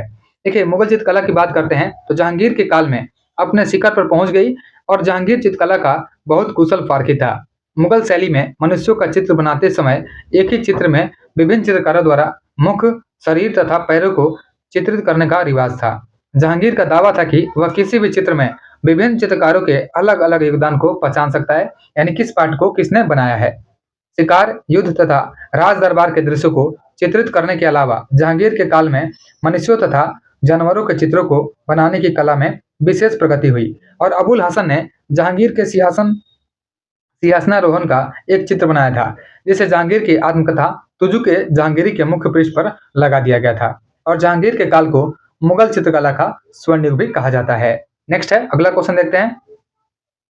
देखिए, अगला है हमारा मुगलकालीन साहित्य। इसका पहला क्वेश्चन है, निम्नलिखित में कौन सी एक तुलसीदास द्वारा नहीं लिखा गया था? तो तुलसीदास द्वारा इसमें से साहित्य लहरी नहीं लिखा गया था। बाकी इसमें गीतावली, विनय पत्रिका और कवितावली, यह जो है तुलसीदास के द्वारा ही लिखा गया था। यह क्वेश्चन जो है 71वीं बीपीएससी प्री 2025 में पूछा गया है। देखिए, गीतावली, विनय पत्रिका तथा कवितावली की रचना जो है तुलसीदास ने किया था, जबकि साहित्य लहरी की बात करते हैं, साहित्य लहरी का रचना जो है सूरदास ने किया था। नेक्स्ट है, अगला क्वेश्चन है, हुमायूं नामा की रचना किसने किया था? तो हुमायूं नामा का रचना जो है यह गुलबदन बेगम ने किया था। ऑप्शन सी हमारा राइट आंसर है। देखिए, बाबर की पुत्री थी गुलबदन बेगम, इन्होंने हुमायूं नामा का रचना किया था, जो फारसी भाषा में है। यह भी ध्यान देंगे कि हुमायूं नामा जो है यह फारसी भाषा में है। बादशाह अकबर ने अकबरनामा के प्रणयन के लिए सामग्री एकत्र करने के उद्देश्य से यह आदेश दिया था कि अकबर तथा हुमायूं के राज्यकाल के विषय में जिसे कुछ भी स्मरण हो, वह उसे लेखबद्ध करके उसकी सेवा में प्रस्तुत करे। अतः अनेक लोगों ने इतिहास लिखना प्रारंभ किया और गुलबदन बेगम के हुमायूं नामा की रचना भी इसी आदेश के अनुसार ही हुई थी। नेक्स्ट है, तबकात ए अकबरी। तबकात ए अकबरी जो है, जिसे कभी कभी अबुल फजल के अकबरनामा से अधिक विश्वसनीय माना जाता है, किसके द्वारा लिखा गया था? तो यह लिखा गया था निजामुद्दीन अहमद के द्वारा। ऑप्शन बी हमारा राइट आंसर है। देखिए, 68वीं बीपीएससी प्री 2023 में पूछा गया क्वेश्चन है कि तबकात ए अकबरी की रचना निजामुद्दीन अहमद द्वारा किया गया था और मुगल कालीन इतिहास को जानने में इस रचना की महत्वपूर्ण भूमिका भी है। नेक्स्ट है, अगला क्वेश्चन है, आईने अकबरी किसके द्वारा लिखा गया था? तो आईने अकबरी जो है यह लिखा गया था अबुल फजल के द्वारा। ऑप्शन डी हमारा राइट आंसर है। देखिए, आईने अकबरी जो है अकबर के नवरत्नों में से एक अबुल फजल के द्वारा लिखा गया था और यह जो है अकबरनामा के 3 भागों में से तीसरा भाग है। इसमें अकबरकालीन शासन व्यवस्था का आधिकारिक वृत्तांत भी शामिल है। अगला क्वेश्चन है, फुतुहात ए आलमगिरी किसके द्वारा लिखा गया था? तो फुतुहात ए आलमगिरी जो है यह लिखा गया था ईश्वर दास नागर के द्वारा। ऑप्शन बी हमारा राइट आंसर है। देखिए, फुतुहात ए आलमगिरी की पुस्तक जो है ईश्वर दास नागर द्वारा लिखा गया था, जो लंबे समय तक जोधपुर जिले में एक मुगल अधिकारी थे और इस कृति में औरंगजेब के शासनकाल यानी 1698 ईस्वी तक की कुछ महत्वपूर्ण घटनाएं शामिल थी। यह जो है मालवा और राजपुताना के प्रांतीय शासन पर भी पर्याप्त प्रकाश डालता है और इसमें उसके शासनकाल के आसपास के रहस्यों की गहरी अंतर्दृष्टि शामिल है, जिसे आंशिक रूढ़िवादी, सांप्रदायिकवादी और यहाँ तक कि जन विरोधी के रूप में पेश किया गया था। ध्यातव्य है कि फुतुहात ए आलमगिरी में सम्राट को न तो इस्लाम के समर्थक और न ही हिंदू धर्म के उत्पीड़क के रूप में दर्शाता है। इसके अलावा न तो शिवाजी के साथ संघर्ष में और न ही जसवंत सिंह की मृत्यु के बाद की घटनाओं को धार्मिक दृष्टि से सामने रखा गया है। नेक्स्ट है, अगला क्वेश्चन है, तुजुक ए बाबरी किस भाषा में लिखा गया था? तो तुजुक ए बाबरी जो है यह तुर्की भाषा में लिखा गया था। देखिए, यहाँ पे तुजुक ए बाबरी जो है तुजुक से शुरू होता है, तो तू से तुर्की भी हो जाएगा, इसे तुर्की भाषा में लिखा गया था। तुजुक ए बाबरी या बाबरनामा, इसको बाबर ने अपनी मातृभाषा चगताई तुर्की में लिखा था। इसका फारसी अनुवाद जो है अकबर के शासनकाल में ही किया गया था और अब्दुल रहीम खान ने फारसी में इसका अनुवाद किया, जबकि बाबरनामा का अंग्रेजी में प्रथम अनुवाद जॉन लेडेन और विलियम एस्करिन ने किया था। नेक्स्ट है, अगला है मुगल काल की विविध क्वेश्चन दिया गया है। सबसे पहले सूची 1 और 2 का मिलान करना है। सबसे पहले पिता का नाम है, उसके बाद में इसका पुत्र का नाम है। देखिए सबसे पहले हम लोग मिलान करेंगे, यहाँ पे मिलान में दिया गया है। देखिए सबसे पहले है बाबर के पुत्रों में हुमायूं, कमरान मिर्जा है और साथ में अस्करी मिर्जा और हिंदाल मिर्जा प्रमुख है। ध्यान देंगे कि बाबर के जो पुत्र हुए थे उसमें हुमायूं शामिल था, बाबर का और पुत्र था कमरान मिर्जा, अस्करी मिर्जा और हिंदाल मिर्जा, और अकबर के प्रमुख पुत्र थे सलीम, मुराद मिर्जा और साथ में दानियाल। शाहजहां के 4 प्रमुख पुत्र थे दारा शिकोह, शाह शुजा, औरंगजेब यानी आलमगीर और मुराद बख्श। जहांगीर जो है यानी जहांगीर का नाम था सलीम। तो सलीम के पुत्रों में खुर्रम जो आगे चल करके शाहजहां बना था, खुसरो मिर्जा, परवेज आदि सम्मिलित रहे थे। नेक्स्ट है, अगला क्वेश्चन है सूची 1 और 2 का मिलान करना है। इसमें सूची 1 में इमारत का नाम है और सूची 2 में बनाने वाला या बनाने वाली का नाम दिया गया है। देखिए सबसे पहले है यहाँ पे काबुली दरवाजा। देखिए हरियाणा के पानीपत में स्थित है काबुली बाग मस्जिद। काबुली बाग मस्जिद जो है बाबर ने पानीपत की लड़ाई 1526 ईस्वी में इब्राहिम लोदी पर विजय की स्मृति में बनवाया था। तो सबसे पहले ध्यान देंगे कि काबुली दरवाजा, काबुली बाग मस्जिद जो है यह बाबर ने बनवाया था पानीपत की लड़ाई 1526 में विजय के उपलक्ष्य में। मस्जिद के रूप में 2.5 दिन का दरवाजा जो है यह बनवाया था कुतुबुद्दीन ऐबक ने। इलाहाबाद का किला की बात करते हैं तो इलाहाबाद का जो किला है यह 1583 ईस्वी में मुगल सम्राट अकबर द्वारा बनवाया गया था। और एक है एतमादौला का मकबरा। जहांगीर की पत्नी नूरजहां ने अपने पिता मिर्जा गियास बेग यानी जिन्हें एतमादुद्दौला की उपाधि प्रदान थी इन्हीं की स्मृति में बनवाया था। नेक्स्ट है, अगला क्वेश्चन है निम्नलिखित में से किस युद्ध में मुख्य विरोधियों का सही उल्लेख नहीं किया गया है। यह नहीं किया गया है पानीपत के दूसरे युद्ध में, यानी टीपू सुल्तान और मराठा के बीच में हुआ था पानीपत का दूसरा युद्ध। देखिए यहाँ पे दिया गया है कि किस युद्ध में मुख्य विरोधियों का सही उल्लेख नहीं किया गया है, यानी पानीपत का युद्ध जो है यहाँ पे टीपू सुल्तान और मराठा, यह गलत दिया गया है। बाकी इसमें सही है। हल्दी घाटी का युद्ध जो है यह महाराणा प्रताप और अकबर के बीच में हुआ था, और दूसरा है पानीपत का प्रथम युद्ध जो है बाबर और इब्राहिम लोदी के बीच में हुआ था। तो तीसरा गलत है, ऑप्शन सी हमारा राइट आंसर है। देखिए पानीपत का जो प्रथम युद्ध है 21 अप्रैल 1526 ईस्वी को बाबर तथा इब्राहिम लोदी के बीच में हुआ था, जबकि हल्दी घाटी का जो युद्ध है 1576 में महाराणा प्रताप और अकबर के बीच में लड़ा गया था। और पानीपत का दूसरा युद्ध जो है नवंबर 1556 में सम्राट हेमचंद्र विक्रमादित्य यानी हेमू और तथा अकबर की सेना के बीच में लड़ा गया था, जिसमें अकबर की सेना विजयी रही थी। नेक्स्ट है, अगला क्वेश्चन है निम्नलिखित में से किस बंदरगाह को मुगल काल के दौरान बाबुल मक्का यानी मक्का का द्वार कहा गया था। यह कहा गया था सूरत को। ऑप्शन सी हमारा राइट आंसर है। देखिए मुगल काल के दौरान जो है सूरत को बाबुल मक्का यानी मक्का द्वार कहा गया था, क्योंकि मक्का की तीर्थ यात्रा सूरत से शुरू होती थी और सूरत जो है गुजरात का प्रमुख शहर है। यह अपने वस्त्रों के लिए जाना जाता है और हीरे की कटाई और पॉलिशिंग के मुख्य केंद्रों में से एक भी है। विश्व के इतिहास में मध्यकाल के दौरान यह जो है एक महत्वपूर्ण बंदरगाह था और इसे मक्का के द्वार के रूप में जाना गया था, क्योंकि कई यात्री समुद्री मार्ग से सूरत से रवाना होते थे और इसे पश्चिम एशिया के प्रवेश द्वार के रूप में भी जानते हैं, क्योंकि सूरत अन्य एशियाई देशों में समुद्री मार्गों के माध्यम से व्यापार किए जाने वाले सामान और कपड़ों के मुख्य केंद्रों में से एक रहा था।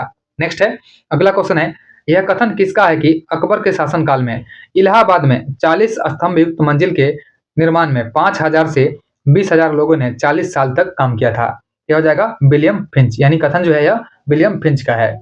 विलियम फिंच के अनुसार जो है इलाहाबाद स्थित है पैलेस ऑफ 40 पिलर्स। तो पैलेस ऑफ 40 पिलर्स जो है इसके निर्माण में लगभग 40 वर्ष लगे हैं और इसके निर्माण हेतु 50,000 से 20,000 लोगों ने काम किया है।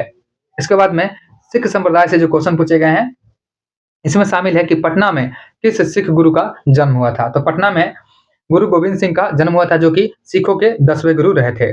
देखिए गुरु गोविंद सिंह जो है सिखों के 10वें और अंतिम गुरु थे और इनका जन्म जो है 1666 ईस्वी में पटना बिहार में हुआ था, जबकि इनका मृत्यु जो है 7 अक्टूबर 1708 को नांदेड़ महाराष्ट्र में हुआ था।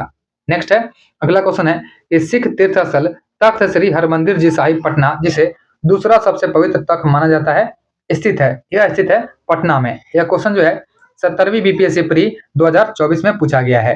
देखिए सिख तीर्थ स्थल जो है तख्त श्री हरमंदिर जी साहिब पटना, यह हरमंदिर यह पटना में स्थित है। नेक्स्ट है, अगला क्वेश्चन है मराठा राज्य और संघ के बारे में क्वेश्चन दिया गया है कि शिवाजी की राजधानी कहाँ थी। तो शिवाजी की राजधानी थी रायगढ़। ऑप्शन 1 हमारा राइट आंसर है। देखिए 1674 ईस्वी में शिवाजी ने अपना राज्याभिषेक कराया तथा छत्रपति की उपाधि धारण की और रायगढ़ को अपनी राजधानी बनाया था। उस युग के महान विद्वान बनारस के पंडित विश्वेश्वर उर्फ गंगा भट्ट ने उन्हें क्षत्रिय घोषित करते हुए उनका राज्याभिषेक किया था। तो यह भी ध्यान देंगे कि बनारस के पंडित हैं विश्वेश्वर उर्फ गंगा भट्ट, इन्होंने उनका राज्याभिषेक किया था। नेक्स्ट है, अगला क्वेश्चन है, अष्टप्रधान जो कि मंत्रिपरिषद, अष्टप्रधान जो है मंत्रिपरिषद किसके राज्य प्रबंध में सहायता करती थी? तो यह सहायता करती थी शिवाजी के राज्य प्रबंध में। ऑप्शन डी हमारा राइट आंसर है।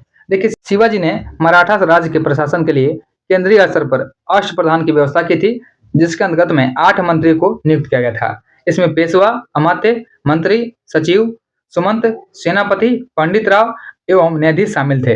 ये शिवाजी के राज्य प्रशासन में आधुनिक काल के सचिवों की भांति काम करते थे और इनका काम जो है राजा को परामर्श देना मात्र था। इसे किसी भी अर्थ में मंत्रिमंडल नहीं कहा जा सकता है और प्रत्येक मंत्री राजा के प्रति उत्तरदायी थे और इनका विवरण निम्नलिखित है। पेशवा का मतलब था राजा का प्रधानमंत्री, अमात्य अथवा मजमुआदार का मतलब था वित्त एवं राजस्व मंत्री, वाकिया नवीसिया मंत्री का मतलब था राजा के दैनिक कार्यों तथा दरबार के प्रतिदिन की कार्यवाहियों का विवरण रखता था। सचिव अथवा सुरनवीस का मतलब था राजकीय पत्र व्यवहार का कार्य देखना। सुमंत या दबीर जो था विदेश मंत्री था। उसके बाद में सेनापति या सर ए नौबत, तो सेनापति सर ए नौबत जो है ये सेना की भर्ती, संगठन, रसद आदि का प्रबंध करता था। एक था पंडित राव जो है विद्वानों और धार्मिक कार्यों के लिए अनुदानों का दायित्व निभाता था और एक था न्यायाधीश जो है यह मुख्य न्यायाधीश होता था। नेक्स्ट है, अगला क्वेश्चन है कि मराठा शासकों की अष्टप्रधान प्रणाली के संदर्भ में निम्नलिखित का मिलान करना है। देखिए, आगे हम लोग मिलान देख लेते हैं। दिया गया है उपयुक्त प्रश्नों का व्याख्या देखें यहाँ पे, यानी सेमी क्वेश्चन दिया गया सचिव और पेशवा। तो यहाँ पे जब मिलान करेंगे तो सचिव और पेशवा का देखते हैं। पेशवा जो है ये राजा का प्रधानमंत्री था।